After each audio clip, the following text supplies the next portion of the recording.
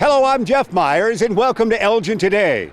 On this edition, always a great night, the 24th Annual Elgin Image Awards took place on Thursday, March 17th.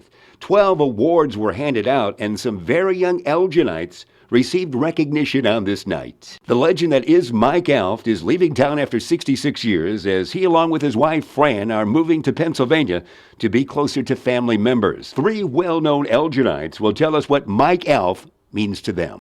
May is Preservation Month in Elgin, and the City of Elgin's historic preservation planner, Christen Sundquist, has all the upcoming details. Mayor David Kaptain's segment comes from the new Elgin Housing Authority building on State Street with a beautiful view of downtown and the Fox River. As the mayor's guest is the Elgin Housing Authority Director, Mr. Damon Duncun. And the City of Elgin's Barb Keselica tells us about a change that takes place for the 39th Annual Elgin Valley Fox Trot in May. We'll have these stories and more on this edition of Elgin Today. Let's open this show with a recap of the 24th Annual Elgin Image Awards in the Heritage Ballroom and the Center of Elgin on Thursday, March 17th. 24 individuals and groups lined up to be introduced to the big crowd. 12 would be named Image Award winners. Several Elgin youth were recognized for their enhancing Elgin image in 2015, including 17-year-old Samuel Olson, who we spoke with before the ceremony. Young Sam Olson has done extensive video works about his city of Elgin. You were nominated last year and nominated again this year. How do you feel? Oh, so excited and so honored to be with all these great nominees. And the history of Elgin is so important for you. How did that come about? You know what? I don't know. Elgin is such an amazing town. How could it not? No question. And of course, you looked at the veterans, you looked at the observatory, and even looking at downtown Elgin. Anything Elgin catches your eye? The police, the fire, the EMS, all the people that really make Elgin safe and a great place to live. We had a 17-year-old, an 18-year-old, and you're now 21? I am. And so 21, the youth takes over the Image Awards tonight. It appears so. Tanner Bednar, congratulations. You've volunteered. It was really a culmination of the great work you've done over the years, but also with the band you've done for so many years. Definitely. And I owe all the credit to my bandmates. Like I said, it may have my name on it, but it definitely deserves the 4 other kids in my band, the Reverends. So. And you guys rocked the hall, if you will, for many years to raise funds for whom again? So we went to 2 charities. One was Food for Greater Elgin, and one was the Elgin Crisis Center. And you've got a great story. Growing up in the U46 school district, you learned a lot in school and learned about about life after school. That's right, yeah. I had a plethora of diverse classmates. That's how I'd say it. And I think that offers the best education you can. And then it just, if you have kids that you learn right off the bat aren't as fortunate as you, that's when you kind of learn to give back. And I was just lucky enough to learn it at a young age. So. And in the great 3 centuries of Elgin Maroon basketball, you are known as Battlin' Bednar. You really gave it a battle in that class of 2013. Yeah, I'm retired now. I'm not in my prime anymore. you would scrap, and the Maroon pride was so evident. Yeah, back in the day, yeah. Back when you were so young, way back when. Tanner Bednar, congratulations. Thanks for coming back to Elgin for this award. You're down at University of Illinois now. Yeah, and I love it. ILL.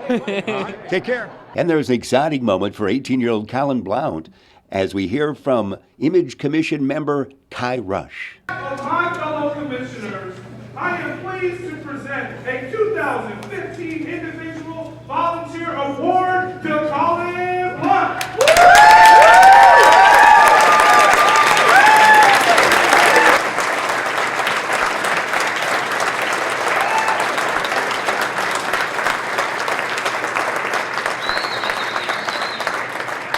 Tell your story. You moved to town in 2014 and you got involved with a lot of things. Yeah, I got involved with the Elgin Police Department with the Explorer Post. I worked with Open Door Clinic, Rehome Center, a lot of the organizations around here, and I helped provide furniture and things to families in need. That's great. What town did you move in from? I moved from Fairfax, Virginia. And you like Elgin, don't you? Yes. We are so proud of you. You had a good family group here, and they were proud of you. So great work for just coming to town and doing so well, you know. So good job. All right, thanks. It was a great night, and the crowd had fun as well. And more good news, the City of Elgin's camera crew was in attendance, and you can see and hear on Channel 17 the night in its entirety, every Wednesday, Saturday, and Sunday at 12:30 in the afternoon, and Sunday nights at 8. So you can see and hear the 24th Annual Elgin Image Awards. The legend that is Mike Alft and his wife Fran will be leaving Elgin after 66 years to live with family in Pennsylvania. They will move in April. Alft, a great historian, author, former mayor, U46 teacher for 40 years, has meant so much. We'll talk more about his career next month here on Elgin Today. But right now, three well-known Elginites will tell us what Mike Alft means to them. Hi, I'm Bill Briska, and I got to tell you what Mike Alft meant to me. He was my hero on so many fronts. A community leader, a politician, a historian, an educator, a neighborhood guy, an all-around Elgin advocate. He is my hero. Ernest Ernie Broadnax, a longtime descendant of this city of Elgin. And Mike has been a big part of my life and a big part of the black community's life, because he has written books and done research that gave us some answers to a lot of things that we didn't know.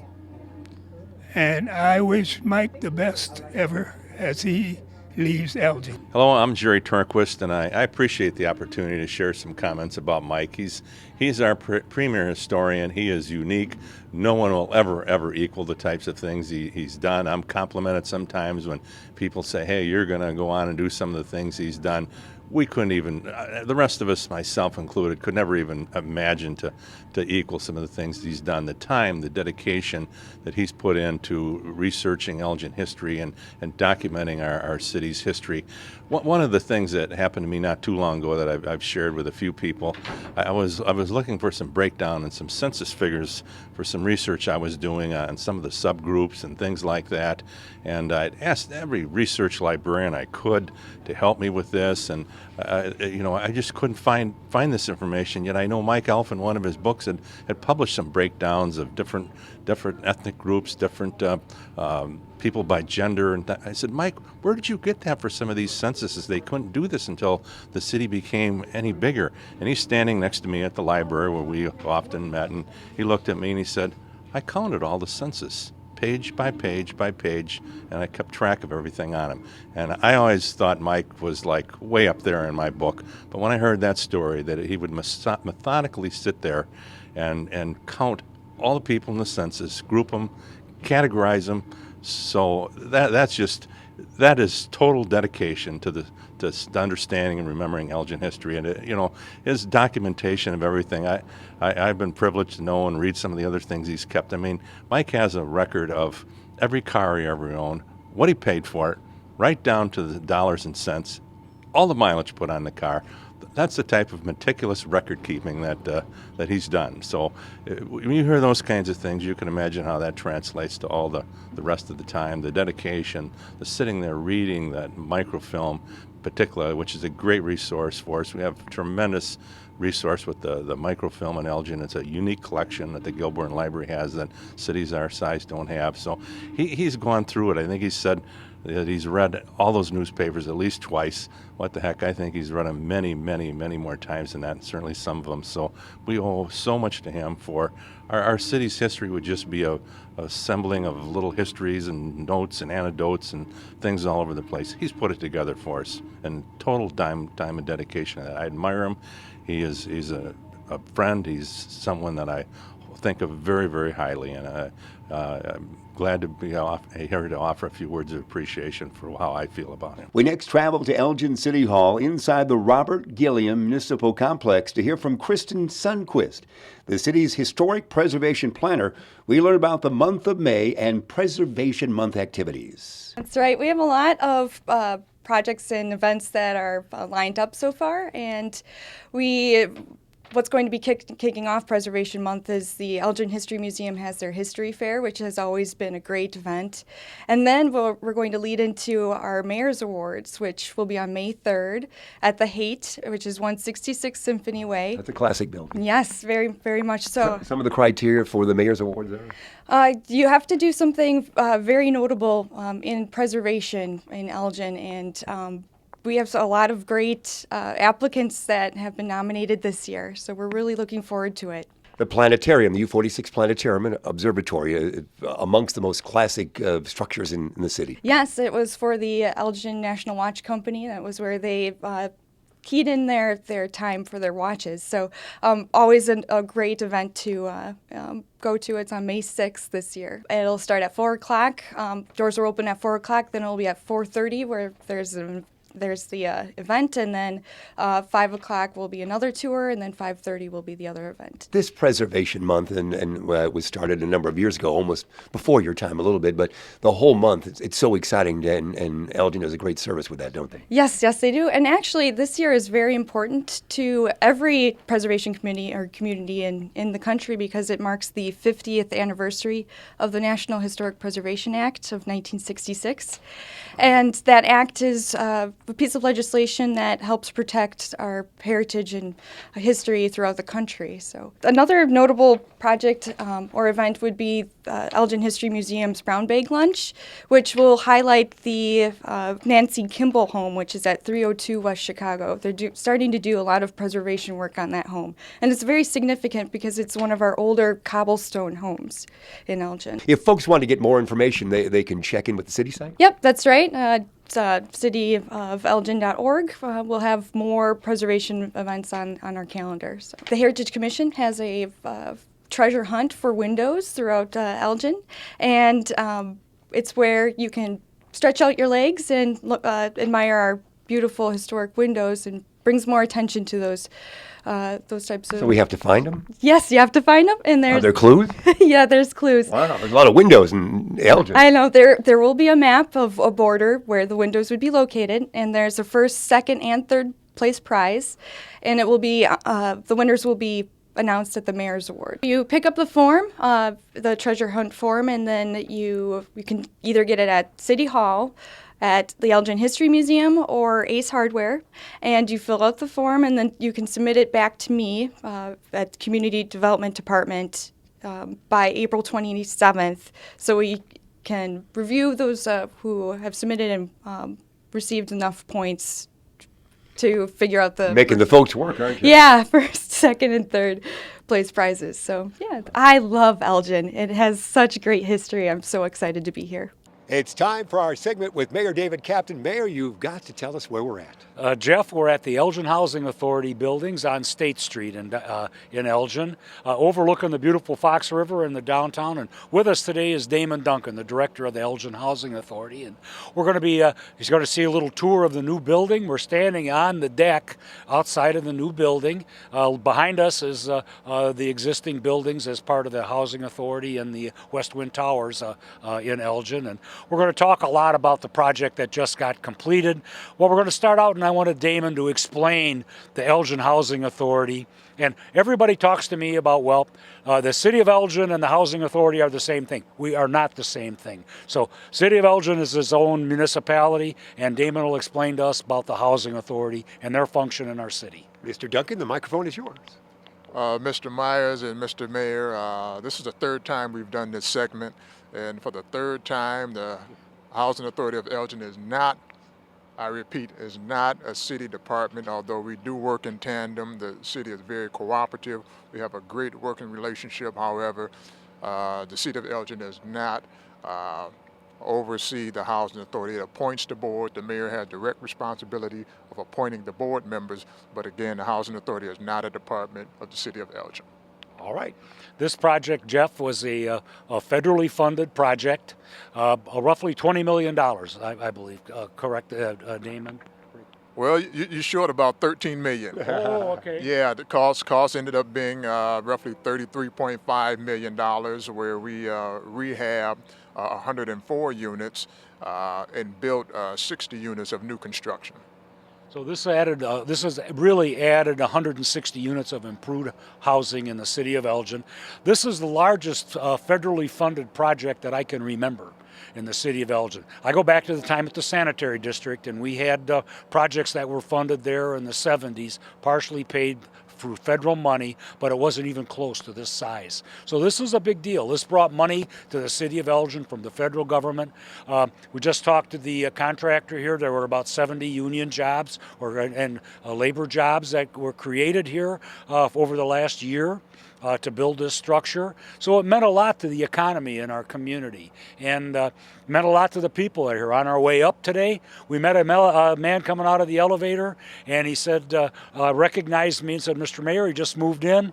He was on the waiting list to be in this facility for 7 years. Wow. And I think that says a lot. Opened up some housing for people. And it, again, I talk about ripple effects through the community. This will create a ripple effect in housing through the entire city. Damon, give us a rundown on the new apartments, what had to be done here, what kind of things we're going to see today. Well, Mr. Mayor, this was nothing short of a huge undertaking. As you know, we had to get through the zoning, planning and zoning board and get the proper approvals and get all the financing lined up. This was actually one of the initial projects under the HUD Rental Assistance Demonstration Program, the RAD program, one of the largest in the state of Illinois, and as the mayor indicated, the largest federally funded project in Elgin in quite some time. But what really had to happen was we had to go through a period of demolition. There was an old mansion on this existing footprint. Big white house, wasn't it? The big white house. It was in disrepair, subdivided into multiple units. We relocated those families. We gave them dollars toward their relocation, relocated them responsibly, and we demolished the home, and then it paved the way for this new project here. This building here took 12 months to build. January 1st of 2015, we started construction. We were here for your ribbon cutting like a month later after that. You were ahead of schedule then. That's absolutely correct. You were here for the ribbon cutting. We moved our first residents in the building before Christmas. Wow. Yeah, some of the folks got, as the mayor indicated, we called folks that were on the waiting list. Many folks received calls on Christmas Eve. So that made for a very nice Christmas present for folks that have been waiting for affordable housing for quite some time. So we still have roughly 90 days of work to do in the high rise, the 11-story high rise right behind us. We're working on floors 1, 2, and 3. We're rehabbing and expanding those units. So that'll produce roughly 30 more units, 30 more individuals that we can pull off the waiting list and provide affordable housing. Well, everything looks great. Congratulations. Thank you. Mayor? Some of these units are efficiency apartments, correct? Some are 1 and 2 bedroom, and they've done a great job of remodeling. Some I've been in the other building as well. They did a great job of remodeling the existing buildings or apartments. Some of them were very small, and they expanded the size on virtually all of them. This building is now fully occupied, as Mr. Duncun said, and brought people into a quality residence, and I think that says a lot for Elgin. As I said, we just built the first apartment building. We're going to construct the first apartment building in Elgin, 250 units of market rate on Randall Road. That's the first apartment building and first complex built in Elgin in almost 40 years. Wow. So this is a backlog, and there's a backlog, a need for a good quality rental units in the city, and this certainly is a big step forward in that. Damon, maybe you have a couple of personal stories of people that have moved in here and where they came from and what their new life is going to be like for them. Well, I've been here, Mr. Mayor, for a little over 4 years now, so I know everyone that lives in our 11-story building. But once we began to lease up this building, started to pull people off the waiting list, I started to meet individuals for the first time and introduce myself to them, and they would tell me some of their stories. We had a lady who told me recently that she was sleeping on the basement floor of a family member's home, and she had been there for 2 years. And when she received her call to come into this building, which she didn't have any idea what this was, she would walk by it occasionally and never dreamed in a million years that she would be able to live in the place that she was walking by. So she's here on the 6th floor. She comes to see me, a couple times a week. Graduated from Elgin Community College recently and really moving on. Had a very tough life.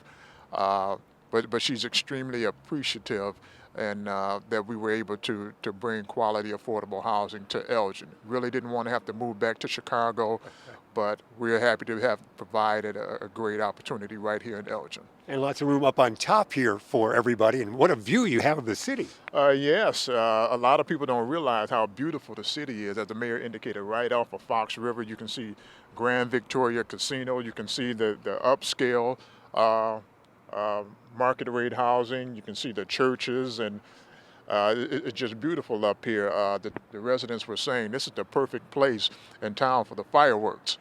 So it's be a hot spot here. We're going to have to charge admission for fireworks. We might let you in there. That's a good thought. And Damon, we got a couple minutes left.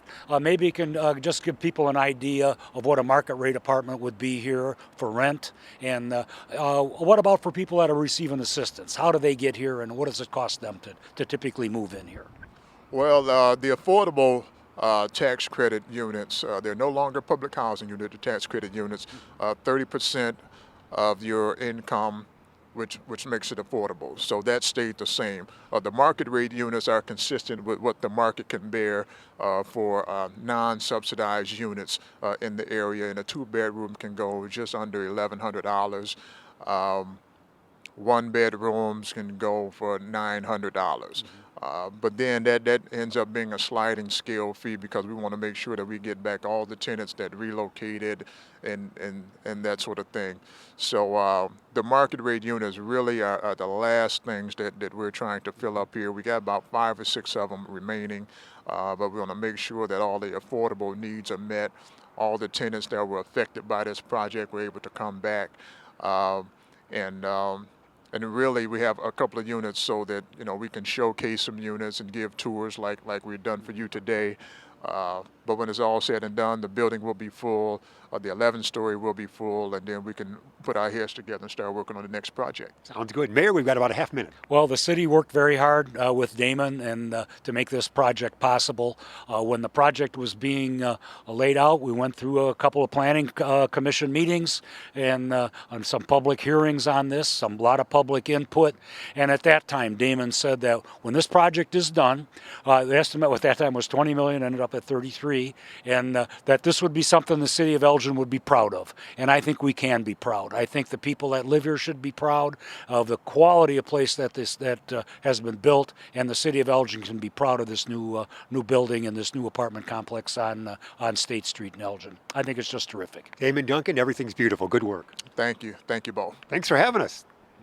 All right, Mayor, we're going to get out of here. We're going to scoot. You're going on a big train, is that right? I'm taking a trip on vacation. In April. Yeah, in California? Right across from March through April, early April to California. Yeah. Well, good luck. Okay, thank you. All right. It's like 1955 all over again. There we go. All right, we're going to get out of here. Thanks to Damon Duncun, Mayor Kaptain. That's our segment right here from the beautiful outdoors of Elgin. There was a great turnout for an event at the Center of Elgin in March. Let's hear a little mariachi music from Mariachi Universal, and then we'll hear from some of the well-known folks in attendance.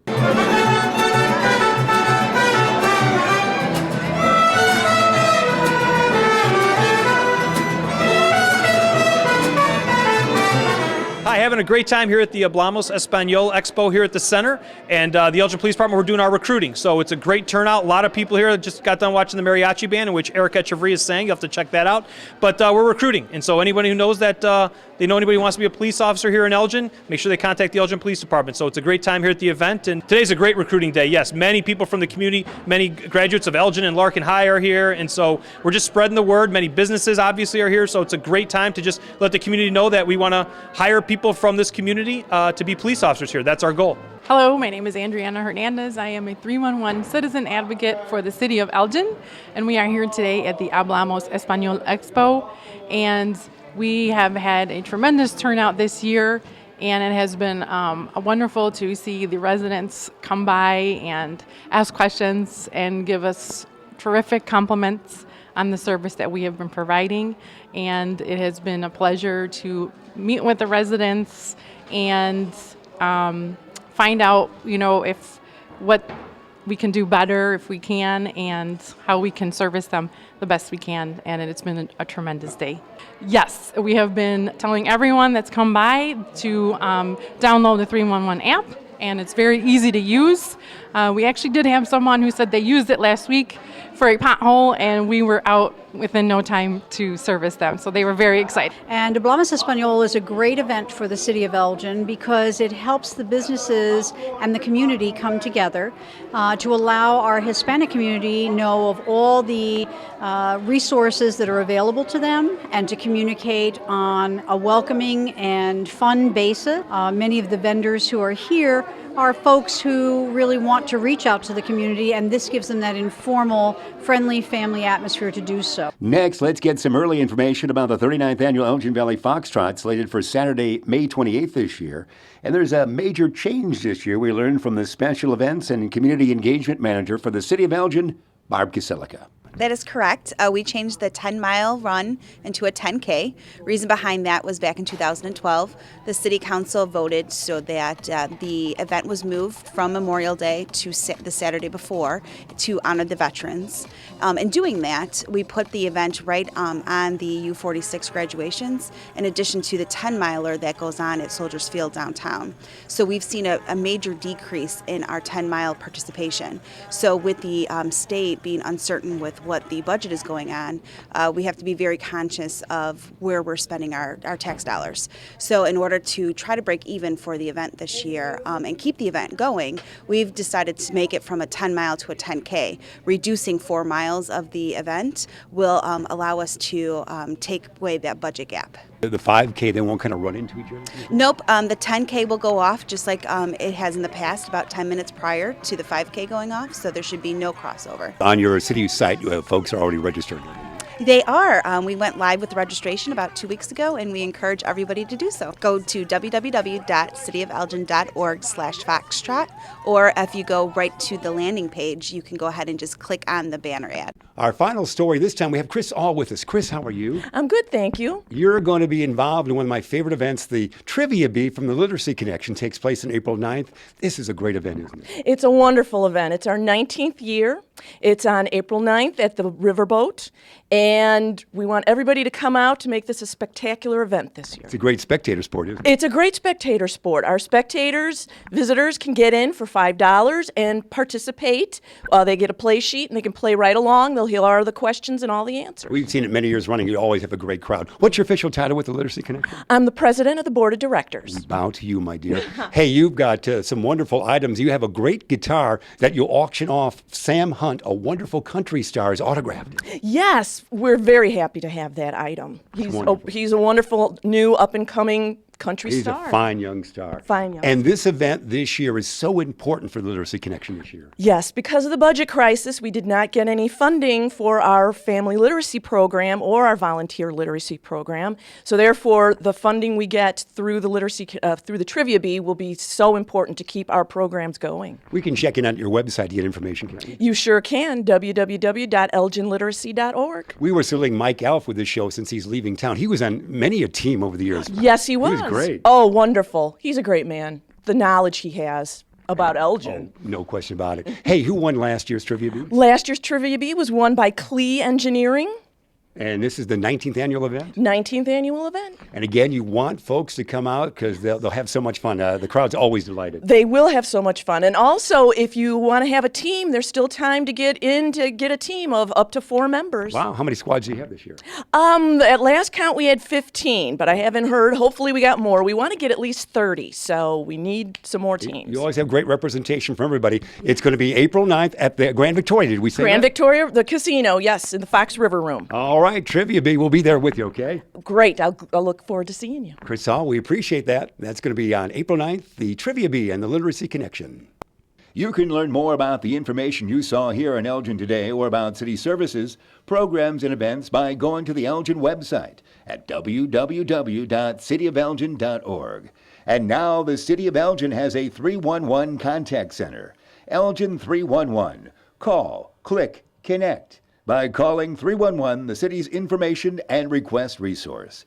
For everyone here at Elgin Today, I'm Jeff Myers. We'll see you next time.